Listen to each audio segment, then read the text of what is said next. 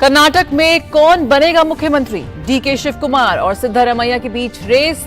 बेंगलुरु में आज बुलाई गई कांग्रेस विधायक दल की बैठक।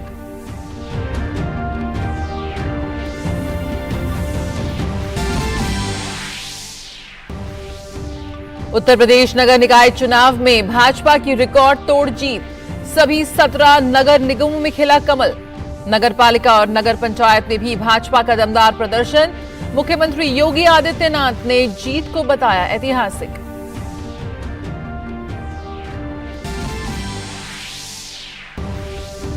उपराष्ट्रपति जगदीप धनखड़ आज राजस्थान दौरे पर। पुष्कर में पवित्र ब्रह्मा मंदिर में करेंगे पूजा अर्चना।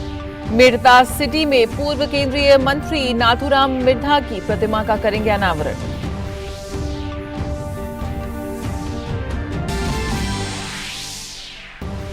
विदेश मंत्री डॉक्टर एस जयशंकर ने स्टॉकहोम में ईयू इंडो पैसिफिक मंत्री स्तरीय बैठक में लिया भाग।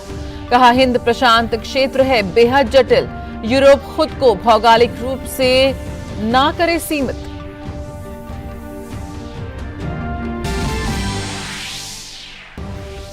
आज दक्षिण पूर्वी बांग्लादेश के तटीय इलाकों से टकरा सकता है चक्रवाती तूफान मोखा।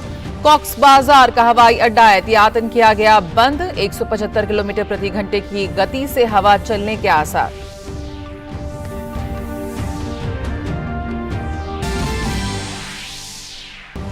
और आईपीएल में आज राजस्थान रॉयल्स का मुकाबला रॉयल चैलेंजर्स बैंगलोर से होगा, जबकि एक अन्य मैच में चेन्नई सुपर किंग्स और कोलकाता नाइट राइडर्स के बीच होगी भिड़ंत।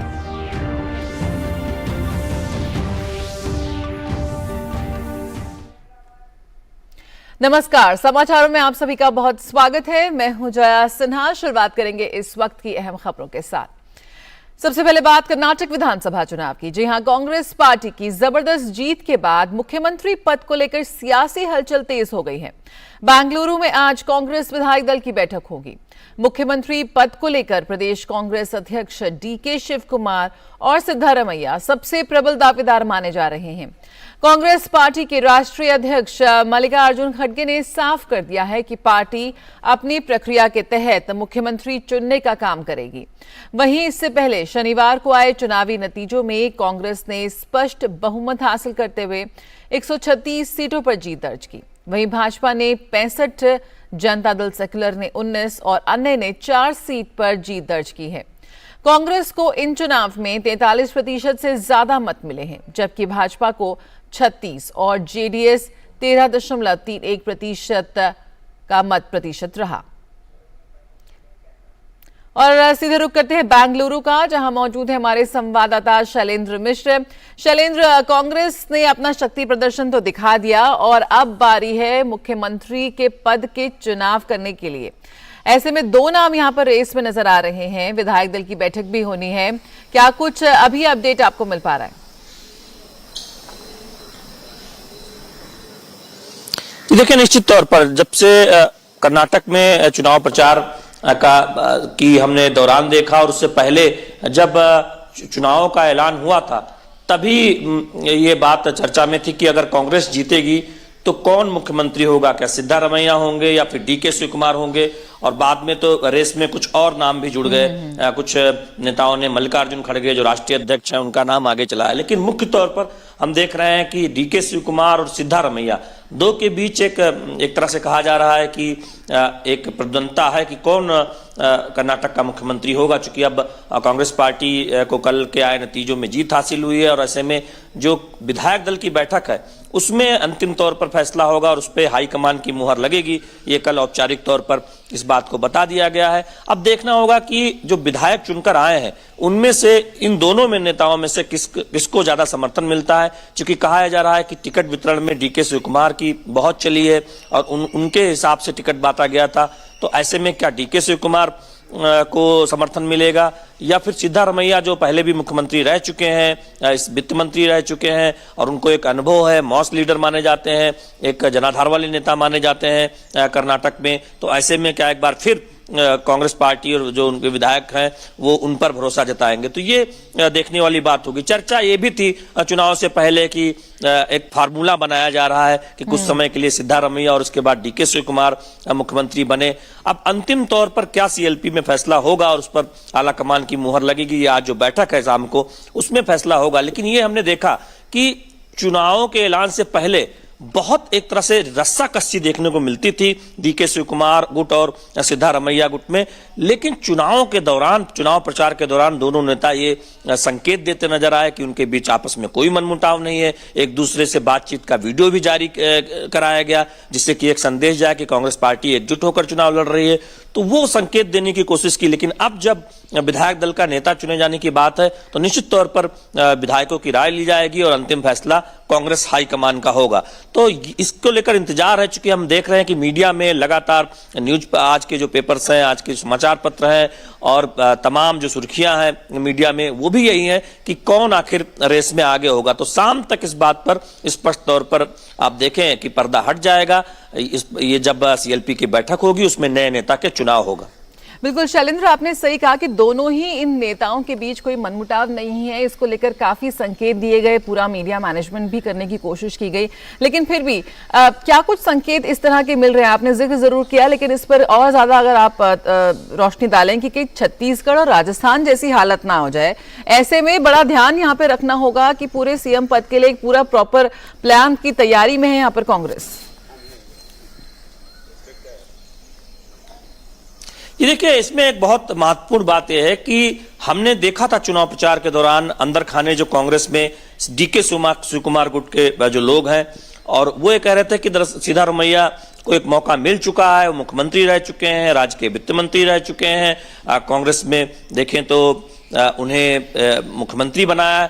तो अब डीके शिवकुमार को मौका मिलना चाहिए और डीके शिवकुमार के जो समर्थक हैं वो ये चाहते हैं कि डीके शिवकुमार को मौका मिले। लेकिन क्या कांग्रेस पार्टी ये जोखिम लेगी? चूंकि हम जानते हैं कि डीके शिवकुमार के खिलाफ पीएमएलए के केस है, भ्रष्टाचार के मामलों को लेकर उन पर सवाल उठते रहे हैं और ऐसे में जो कानूनी अड़चन है वो भी एक बहुत बड़ा एक तरह से देखें उस बात को हो सकता है कि ध्यान रखेगी कांग्रेस पार्टी या फिर कोई अंतिम तौर पर क्या फैसला लेगी, इसके लिए इंतजार करना होगा। लेकिन सिद्धारमैया के पक्ष में यह बात जाती है कि वो एक जनाधार वाले नेता के तौर पर स्थापित हुए हैं कर्नाटक में और इससे पहले भी जब मुख्यमंत्री पद जब उन्हें मिला था तब यही एक बड़ी वजह मानी गई थी। अनुभवी नेता है, देवगौड़ा के साथ काम कर चुके हैं, उसके बाद हम जानते हैं कि कांग्रेस पार्टी में आए और उनकी एक जो छवि है वो एक तरह से देखें जो सिद्धारमैया के गुट के लोग हैं वो मानते हैं कि सिद्धारमैया को ही चांस मिलना चाहिए।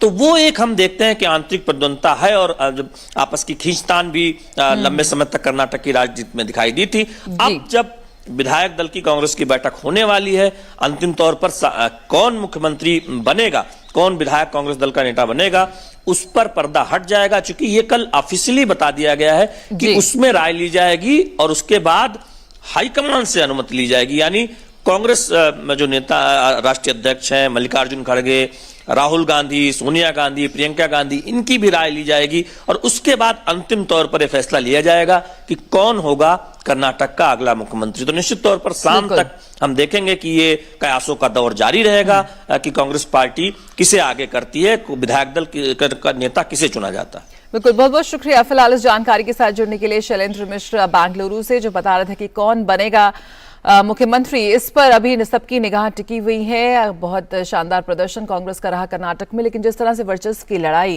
कांग्रेस में पुरानी रही है दो नेताओं के बीच, देखते हैं इस बार क्या निकल कर आता है। इन दो नेताओं के बीच में कौन बनता है मुख्यमंत्री। रुकेंगे एक छोटे से ब्रेक के लिए, जल्द हाजिर होते हैं। Indian Maritime University brings you the most prestigious and adventurous career in merchant navy and marine engineering with world-class infrastructure and sprawling campus at 6 locations. It's not just a career but an ocean of opportunities. Indian Maritime University, a central university recognized by Government of India. Admissions open for 2023 to 24. प्रधानमंत्री श्री नरेंद्र मोदी की अगुवाई में देश को खुले में शौच से मुक्त बनाने के लिए 2014 में आरंभ किया गया स्वच्छ भारत मिशन न केवल एक जन आंदोलन बना, बल्कि इसे विश्व की बड़ी व्यवहार परिवर्तन योजना का गौरव भी मिला। स्वच्छ भारत मिशन ग्रामीण की अपार सफलता के बाद जरूरत थी इस परिवर्तन को स्थायी बनाने की और इस लक्ष्य को हासिल करने के लिए स्वच्छ भारत मिशन के दूसरे चरण यानी कि ODF+ की शुरुआत की गई। साथियों, खुले में शौच से मुक्ति के बाद अब दायित्व और बढ़ गया है। देश को ODF के बाद ODF+ बनाने के लक्ष्य पर काम चल रहा है। अब हमें कचरे से कंचन बनाने का काम को तेज करना है। पूरे देश में ODF+ या संपूर्ण स्वच्छता पर खास ध्यान दिया जा रहा है। स्वच्छता केंद्रित जागरूकता अभियानों के द्वारा जन जन तक स्वच्छता की सीख, पेंटिंग और फिल्म मेकिंग जैसे नए और रोचक तरीकों से पहुंचाई जा रही है। देश में स्वच्छता संवाद कार्यक्रमों का आयोजन किया गया, जिनमें लोगों ने पूरे उत्साह के साथ हिस्सा लिया और प्लास्टिक कचरे से देश को मुक्त कराने की शपथ ली। जैविक कचरे के निपटान और उससे अतिरिक्त आमदनी पाने के बारे में भी लोगों को जागरूक किया जा रहा है, जिससे बड़ी संख्या में लोग गोबर धन योजना से जुड़ रहे हैं और गोबर से बायोगैस एवं जैविक खाद के उत्पादन को बढ़ावा मिल रहा है। जैविक और रिसाइक्लेबल कचरे को अलग रखने और उसके उपचार पर विशेष ध्यान दिया जा रहा है। ग्रे वाटर प्रबंधन के अंतर्गत लाखों की संख्या में सोख्ता गड्ढों का निर्माण किया जा रहा है। इसके अलावा पुराने एक गड्ढे वाले शौचालयों को रेट्रोफिट करके 2 सोख्ता गड्ढों वाले शौचालयों में बदला जा रहा है और मल प्रबंधन पर भी विशेष ध्यान दिया जा रहा है। देश भर में लोगों का उत्साह और जन भागीदारी इस बात का प्रमाण है कि आत्मनिर्भरता का ये मॉडल लोगों तक पहुंच रहा है और हमारे गांव ODF से ODF+ की ओर अग्रसर हो रहे हैं। लेकिन देश को संपूर्ण स्वच्छ बनाने के इस अभियान को मंजिल तक पहुंचाने के लिए अभी हमें लंबा रास्ता तय करना है, जिसके लिए सभी देशवासी पूरे जज्बे से कोशिश कर रहे हैं और इन्हीं कोशिशों के कारण आज हमारा देश स्वच्छता से स्वावलंबन की ओर अग्रसर है।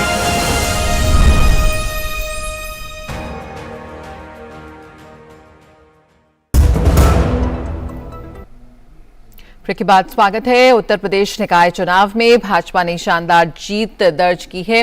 भाजपा ने नगर निगम, नगर पालिका और नगर पंचायत के चेयरमैन से लेकर वार्ड काउंसलर तक सभी पदों पर विपक्षी दलों को चारों खाने चित कर दिया है। यूपी में ट्रिपल इंजन का नारा देकर चुनाव लड़ने वाली बीजेपी ने सभी 17 नगर निगम के मेयर पदों पर भगवा लहराया है। इन नगर निगमों के पार्षद पदों पर भी भाजपा ने भारी जीत हासिल करते हुए नगर निगम सदनों में पूर्ण बहुमत हासिल कर लिया। गाजियाबाद में मेयर सीट पर भाजपा की प्रत्याशी सुनीत दयाल ने 2.87 लाख वोट से बड़ी जीत दर्ज की है। वहीं गोरखपुर मेयर पद पर भाजपा प्रत्याशी डॉक्टर मंगलेश श्रीवास्तव ने सपा प्रत्याशी काजल निषाद को 60,876 मतों से हरा दिया। इसके साथ ही 96 और स्वार विधानसभा सीट पर हुए उपचुनाव में भी भाजपा गठबंधन को बड़ी जीत मिली है। रामपुर की स्वार विधानसभा सीट पर भाजपा और अपना दल एस गठबंधन के प्रत्याशी शफीक अहमद अंसारी ने सपा की अनुराधा चौहान को 9,734 वोटों से हराया। 96 विधानसभा उपचुनाव में भाजपा की सहयोगी अपना दल एस ने अपना दबदबा बरकरार रखा। एनडीए गठबंधन की प्रत्याशी रिंकी कोल ने जीत दर्ज की है। कांटे की टक्कर उन्होंने समाजवादी पार्टी के प्रत्याशी कीर्ति कोल को 9,589 मतों से पराजित किया। मुख्यमंत्री योगी आदित्यनाथ ने इस जीत का श्रेय शासन, विकास और सुरक्षा के वातावरण को दिया और कहा कि चुनाव में बेहतर समन्वय को पार्टी की सबसे मजबूत ताकत बताया।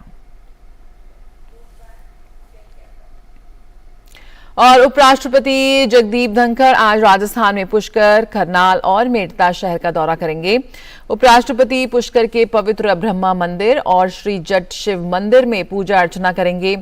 बाद में वे प्रख्यात समाज सुधारक वीर तेजाजी की जन्मस्थली नागौर जिले में स्थित करनाल भी जाएंगे। उपराष्ट्रपति पूर्व केंद्रीय मंत्री नाथूराम मिर्धा की प्रतिमा का अनावरण करने के लिए मेड़ता सिटी का भी दौरा करेंगे। स्वतंत्रता सेनानी और नागौर के कृषक समुदाय के प्रतिष्ठित नेता नाथूराम मिर्धा लोकसभा के 6 बार सदस्य रहे थे और उन्होंने 1979 से 80 और 1989 से 90 तक केंद्रीय मंत्री के रूप में भी कार्य किया था। नाथूराम मिर्धा राष्ट्रीय कृषि मूल्य आयोग के अध्यक्ष भी रहे थे। वे 4 बार राजस्थान विधानसभा के सदस्य भी रहे और उन्होंने राजस्थान सरकार में कैबिनेट मंत्री के रूप में भी कार्य किया था।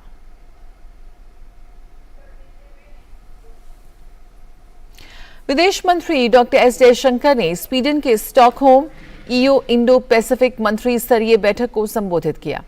यूरोपीय संघ और भारत प्रशांत क्षेत्र के बीच साझेदारी को मजबूत करने के उद्देश्य से बुलाई गई बैठक में जयशंकर ने कहा कि हिंद प्रशांत क्षेत्र वैश्विक कूटनीति के केंद्र में है।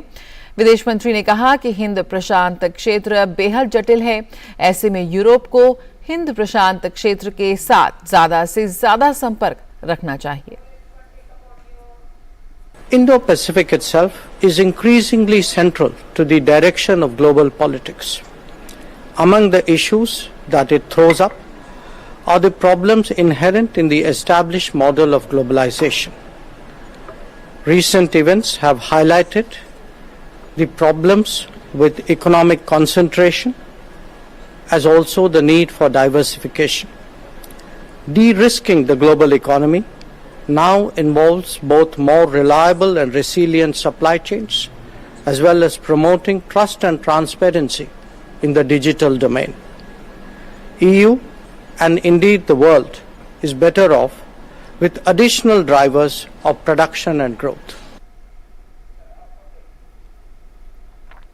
और G20 संस्कृति कार्य समूह की दूसरी बैठक आज से ओडिशा के भुवनेश्वर में शुरू होगी, जो कि 17 मई तक चलेगी। इस बैठक में G20 के सदस्य देशों, अतिथि राष्ट्रों और कई अंतर्राष्ट्रीय संगठनों के प्रतिनिधि भाग लेंगे। बैठक में ठोस कार्रवाई उन्मुख सिफारिशों की दिशा में गंभीरता से प्रयास करने के क्रम में सांस्कृतिक क्षेत्र के मुद्दों पर चर्चा होगी। संस्कृति कार्य समूह की बैठकें मुख्य रूप से भारत की G20 अध्यक्षता में संस्कृति ट्रैक के तहत 4 प्राथमिकता वाले क्षेत्रों पर केंद्रित है।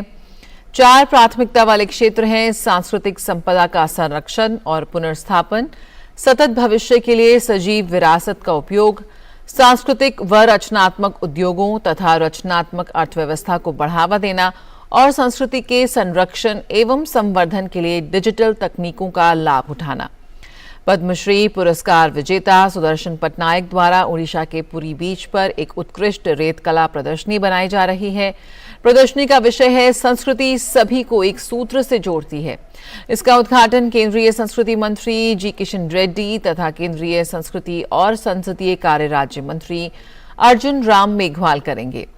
वहीं प्रतिनिधियों की यात्रा के दौरान उनके सांस्कृतिक अनुभवों के लिए विभिन्न कार्यक्रम तैयार किए गए हैं। कैंसर के इलाज के अत्याधुनिक तकनीक की बात करते हैं। कैंसर के इलाज में किसी भी रेडिएशन थेरेपी की तकनीक का लक्ष्य होता है कि मरीज को सिर्फ जरूरत के हिसाब से ही लक्ष्य आधारित डोज मिले और इसका कम से कम साइड इफेक्ट हो, खासकर तब जब बच्चों और युवाओं के इलाज की बात हो। भारत में पहली बार नवी मुंबई के कारघर के टाटा मेमोरियल सेंटर में प्रोटॉन बीम थेरेपी शुरू की जा रही है। गुरुवार को पीएम मोदी ने इस केंद्र का उद्घाटन किया। देश में पब्लिक सेटअप में प्रोटॉन बीम थेरेपी की पहली सुविधा है। कैंसर इलाज की इस अत्याधुनिक तकनीक में स्वस्थ सेल्स पर असर नहीं पड़ता है। कैंसर जैसी गंभीर बीमारी से निपटने में अब स्वदेशी तकनीक से तैयार प्रोटॉन थेरेपी बेहद कारगर साबित होने जा रही है। भारत में पहली बार नवी मुंबई के खारघर के टाटा मेमोरियल सेंटर में प्रोटॉन थेरेपी शुरू की जा रही है, जो बेहद ही आधुनिक है। आमतौर पर कैंसर मरीज को कीमो के इलाज में पीड़ा से गुजरना पड़ता है। रेडियोथेरेपी में भी मरीज की त्वचा के साथ साथ हड्डी, ब्रेन, दिल और आंख को भी नुकसान पहुंचता है, जबकि प्रोटॉन थेरेपी इन सभी दुष्प्रभावों से मुक्त है। इसमें सबसे इम्पोर्टेंट चीज ये है कि प्रोटॉन थेरेपी का फायदा जब हम कन्वेंशनल जो स्टैंडर्ड रेडियोथेरेपी से करते हैं, तो इसमें सबसे बड़ा फायदा ये है कि जो हम ट्यूमर को रेडिएट करते हैं कैंसर सेल्स को किल करने के लिए, इसमें प्रोटॉन थेरेपी के थ्रू जो सराउंडिंग नॉर्मल टिश्यूज हैं जहाँ कोई ट्यूमर नहीं है, उनको हम सबसे बढ़िया तरीके से बचा सकते हैं। प्रोटॉन थेरेपी का एक बहुत बड़ा इम्पैक्ट होगा बच्चों का ट्रीटमेंट में, उनमें साइड इफ़ेक्ट्स कम करने में। बच्चों के सिवाय बाकी और भी जगह हैं जहाँ पे प्रोटॉन थेरेपी का बहुत ज़्यादा फायदा है। प्रोटॉन थेरेपी दुनिया की सबसे उन्नत विकिरण चिकित्सा उपचार सुविधा मानी जाती है। प्रोटॉन थेरेपी प्रोटॉन बीम के जरिए काम करती है। प्रोटॉन बीम को मरीज के कैंसर वाली जगह पर भेजा जाता है और कैंसर को खत्म किया जाता है। खास बात यह है कि प्रोटॉन थेरेपी मशीन 360 डिग्री पर घूम सकती है और अलग अलग एंगल से बॉडी में कैंसर पर हमला कर सकती है, जिसकी वजह से बाहर बॉडी पर उसका अधिक असर नहीं पड़ता। साथ ही ये सुविधा गरीबों को निशुल्क दी जाएगी। निशुल्क सुविधा के लिए प्रोटॉन थेरेपी सेंटर में अलग से रूम दिया गया है। और अगर आप प्राइस कंपैरिजन करें, अगर मैंने एक पेशेंट को आज अमेरिका में भेजा और वहाँ अगर मैंने एक पेशेंट का ट्रीटमेंट किया, उसका कॉस्ट अभी करीब 150 to 200,000 US डॉलर्स होता है एक पेशेंट के ट्रीटमेंट के लिए। हमारे जो 1000 पेशेंट हम ट्रीट करेंगे साल का, उसमें से करीब 40 से 50% पेशेंट्स हम लोग कम्प्लीटली फ्री ऑफ कॉस्ट करेंगे। एंड स्पेशली इसमें इम्पोर्टेंस हम देंगे जो चिल्ड्रन हैं। सो हमारा ये एफर्ट होगा कि करीब 40 to 50% ऑफ पेशेंट्स हम लोग कम्प्लीटली फ्री ऑफ कॉस्ट करेंगे। पूरी दुनिया में प्रोटॉन थेरेपी केंद्र सिर्फ 20 देशों में उपलब्ध हैं। दुनिया भर में इसके 88 केंद्र हैं, जिनमें से भारत में पहला केंद्र नवी मुंबई में बनाया गया है। इस प्रोटॉन थेरेपी मशीन से ऐसे कैंसर को भी ठीक किया जा सकता है जो बाकियों में मुमकिन नहीं है। खास बात यह है कि इस मशीन में 20% उपकरण स्वदेशी हैं और इसे भारत में ही बनाया गया है। इसके आने से हर साल 1000 कैंसर मरीजों का इलाज प्रोटॉन थेरेपी से हो सकेगा। जल्द ही proton therapy machine AIIMS Jhajjar में भी लगेगी। देश भर में हर साल 50,000 बच्चे कैंसर से पीड़ित होते हैं। ऐसे मरीजों का इलाज इस तकनीक से मुमकिन हो सकेगा। आने वाले दिनों में भारत न केवल अपनी जरूरतों को पूरा करेगा, बल्कि दूसरे देशों में इस तकनीक को निर्यात भी कर सकेगा। मुंबई से शिशिर सेलार के साथ नितेंद्र सिंह, डीडी न्यूज, दिल्ली। रुकेंगे एक छोटे से ब्रेक के लिए, जल्द हाजिर होते हैं। Indian Maritime University brings you the most prestigious and adventurous career in merchant navy and marine engineering with world-class infrastructure and sprawling campus at 6 locations. It's not just a career, but an ocean of opportunities. Indian Maritime University, a central university recognized by Government of India. Admissions open for 2023 to 24. तंदुरुस्ती बहुत चीजों पे depend करती है, पर खाने के मामले में एक सिंपल फॉर्मूला है। बस यूं समझिए कि प्लस और माइनस का खेल है। देखिए, आटा, चावल, तेल, दूध और नमक खरीदते समय प्लस F के निशान को चुनिए। ये फोर्टिफाइड फूड्स हैं जिनसे आपको संपूर्ण पोषण मिलेगा। और खाने में घी, तेल, नमक और चीनी को कीजिए थोड़ा माइनस। तो प्लस F और थोड़ा कम, है ना simple. Eat right, stay fit, तभी इंडिया सुपर हिट। हर दिन हर पल बनती खबरें, बदलती दुनिया, हम लेकर आते हैं आपके लिए बड़ी खबरें, संपूर्ण कवरेज, ताकि आप रहें खबरों के बीच हमारे साथ। मिड डे प्राइम हिंदी सोमवार से शुक्रवार दोपहर 1 बजे सिर्फ डीडी न्यूज पर।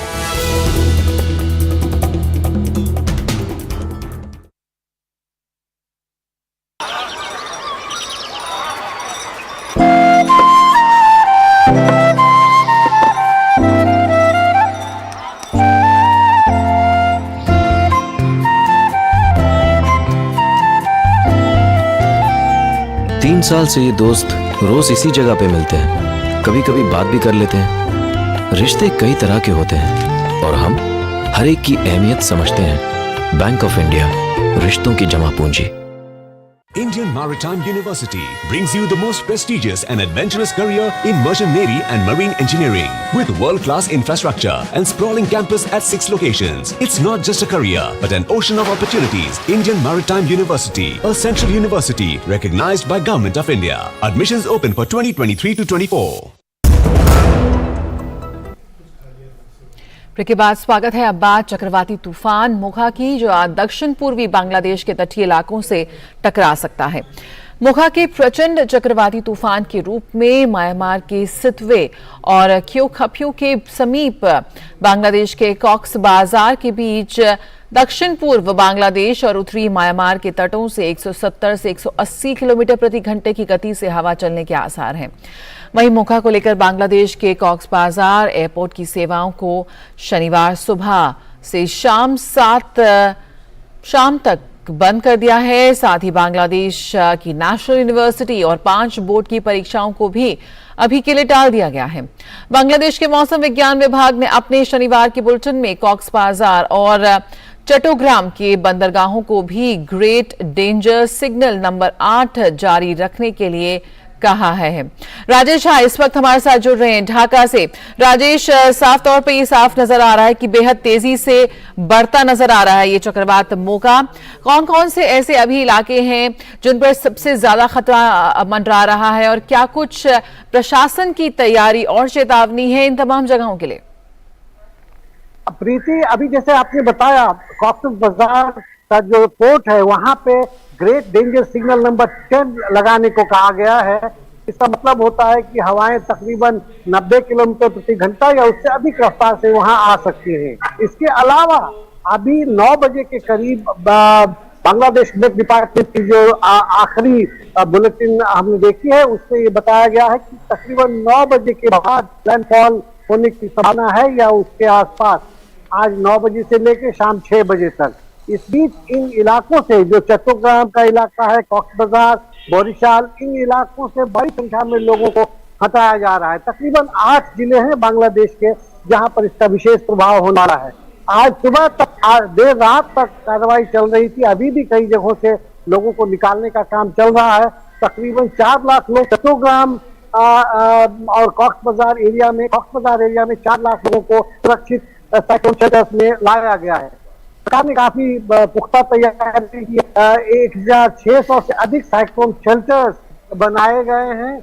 बड़ी संख्या में करीब 9000 के करीब वॉलंटियर्स हैं जो जगह जगह जाकर लोगों को सूचित कर रहे हैं कि तूफान आने के पहले सुरक्षित स्थानों पर चले जाएं। कल यहाँ के आपदा प्रबंधन मंत्री ने कहा था कि सरकार पूरी तरह से तैयार है। प्रधानमंत्री ने भी कहा था कि इस साइक्लोन से निपटने के लिए सरकार पूरी तरह से तैयार है। वैसे कहा जा रहा है कि 2007 में आए सिद्र तूफान के बाद ये शायद सबसे तेज और शक्तिशाली तूफान है, लेकिन तैयारियां हो रही हैं और अभी जब लैंडफॉल होगा तो फिर उसके बाद जानमाल का नुकसान कितना होगा इसका भी अंदाजा लगाना मुश्किल है, लेकिन तैयारियां हो रही हैं।